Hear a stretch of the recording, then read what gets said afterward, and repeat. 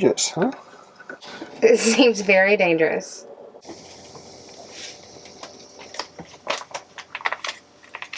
What do you call this? Spicy cannellini beans by Yada Madalingi. Pretty good. One of my favorite breakfasts. Breakfast. You say? We're anchored just off Corfu. We've spent the week here. Just off the old town of Corfu. And I thought it's been a really nice anchorage. Yeah. I wasn't sure coming in. There are about 60 other boats anchored here, and I thought that might detract from it, but no, it's been really nice. What do you reckon? You can see the fortress in the background. Very the water. Sunsets. Yeah, the water is so clear. Go for a swim. You can row to shore and go get whatever you need, or go have a coffee or something to eat out during the week, which is really nice. Been a very comfortable place to just stay and work for the week. Comms. Yeah, it is. This particular anchorage. Well, because there's so many people here, despite there being a whole lot of room, people just decide to come and anchor right on top of you, which I find fascinating. And you get a bit of swell and wind in the evenings, and the seafloor is seagrass, which can create a problem for getting your anchor to take. And in fact, we were blown off our anchor one evening and collected another boat, which was a little bit scary. Luckily we were on the boat though. We were on the boat at the time, able to get out, push ourselves away, bring our anchor up and reset. But that was definitely a scary moment.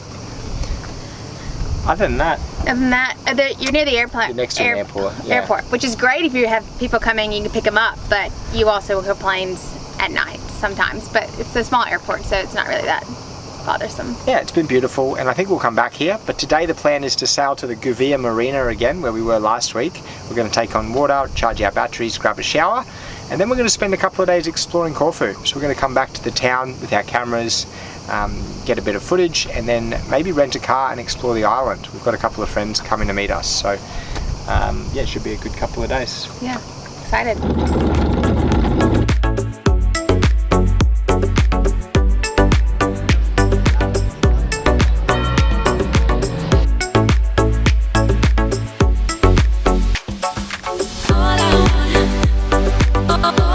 So today we are leaving the boat, and we have rented a car, and we're going to go and explore the inland bit of Corfu and then head over to the other side of the island on the west coast and see the beaches and bays over there.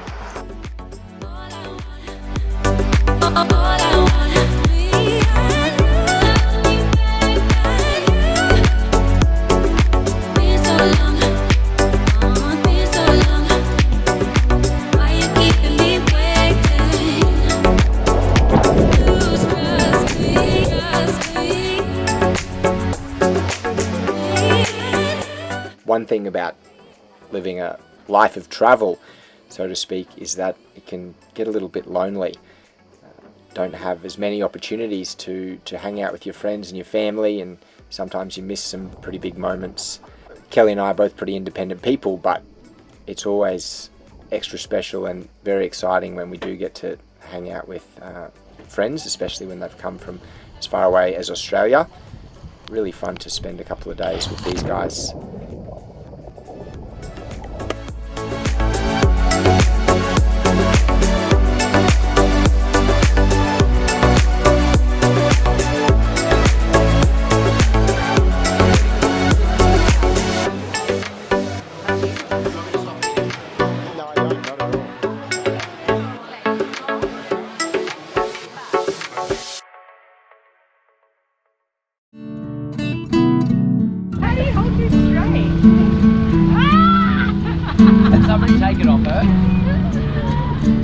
Day 2, we're going to give these guys a little bit of a taste of the boat life that we've been living for the last few months.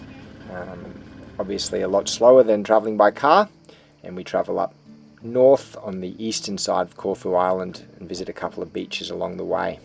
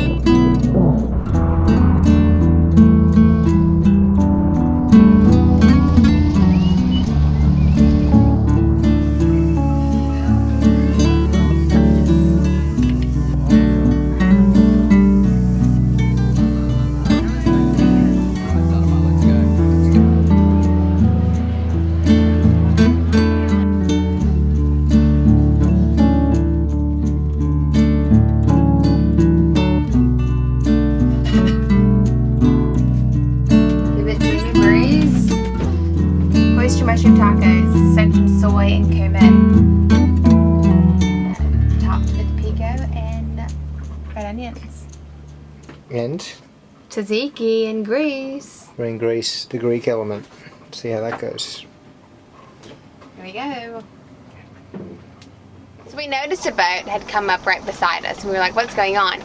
And then I went outside and I noticed that it was the exact same boat that was in fact in front of us earlier in the day. And then someone came out and told me that my boat had been drifting. No, you sent me out to accuse them of coming upon me. So I sent Eddie out to accuse them of coming in and putting their anchor right beside us, which I thought was extremely odd.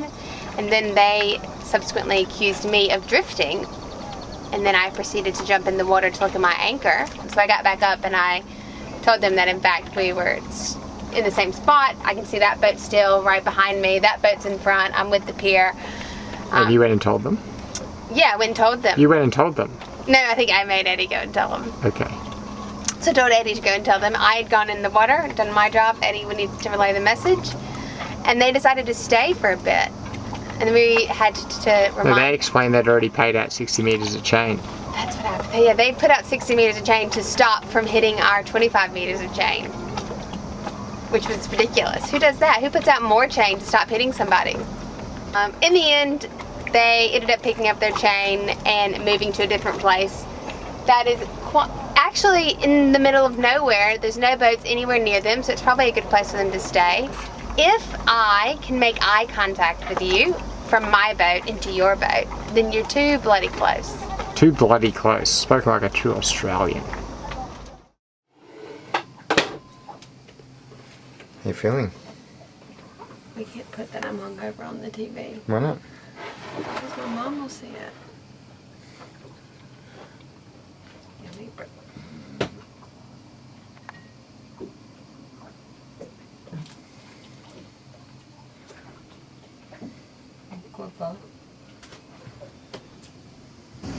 So we're back in Corfu, and we came back from Gouvia to Corfu town for a couple of days to get some work done after our friends left. Wind's going to blow up a little bit this afternoon, so we're going to try to find somewhere where we can grab a mooring buoy. I think there's some restaurants at the northern end of Corfu which have some buoys which we might be able to tie up to, which will make us feel a little bit more comfortable in the wind. We're going to sail about 2 hours north today, hopefully tie up to a buoy, and then we can eat out at a restaurant, knock together a new video and put it up.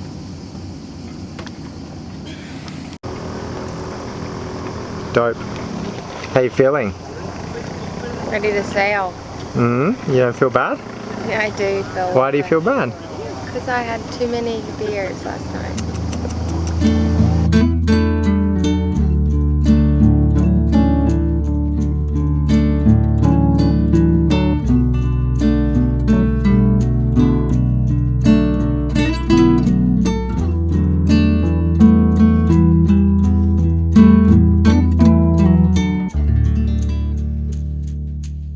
So Eddie has just paddled over to this boat that is drifting away, and he's on it, but I'm not sure he knows what to do, because it doesn't seem like he can turn it back on.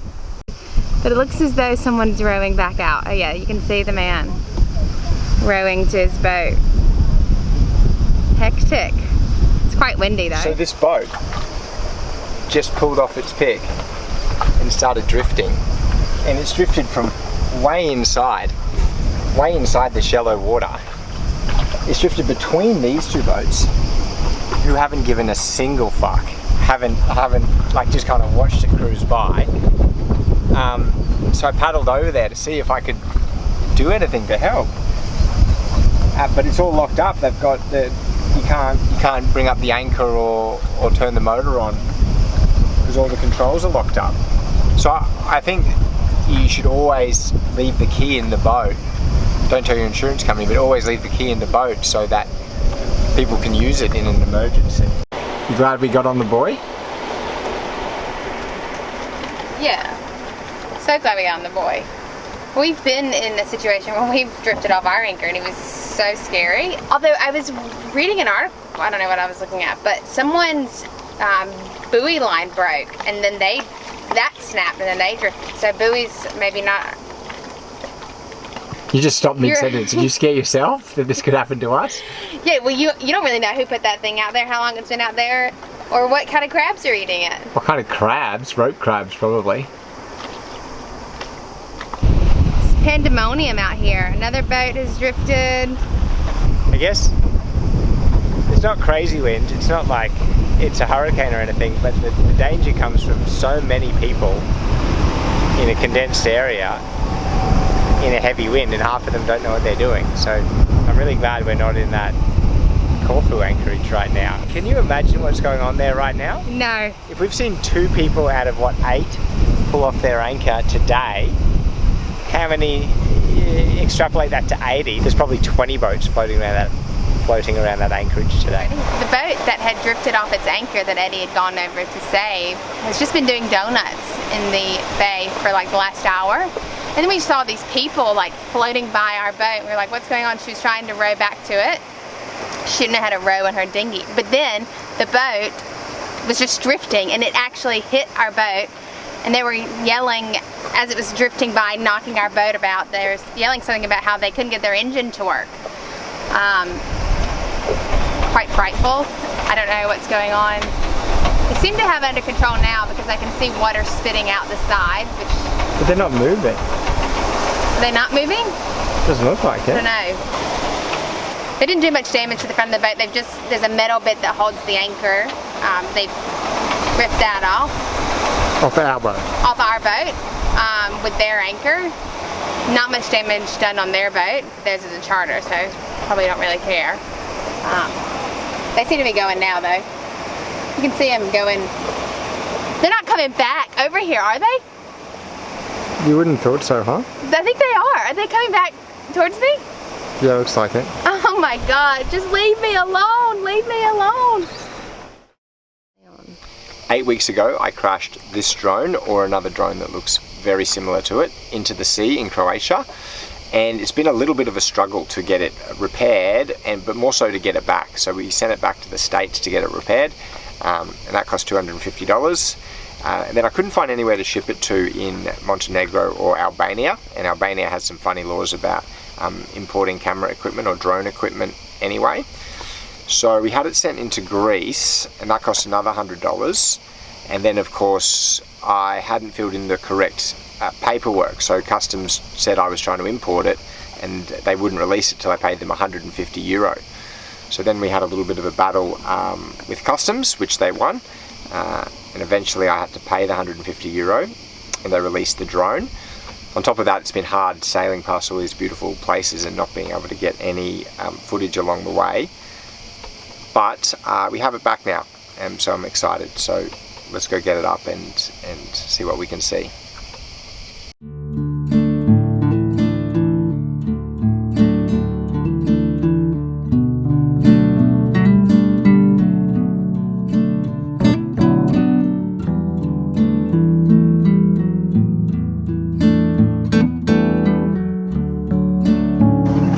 I swear. Oh, that's a bird. I thought that airplane just dropped shit out of its ass. That's funny. What's funny? It was a bird, but it looked like the plane went like this, and then the bird flew down. So it looked like the plane had just. No, the plane was shitty. The bird appeared to be the plane's poop. Yeah, that's right. I might use this as like the end of the video. If you like my absolute absurdity, please subscribe and like our videos.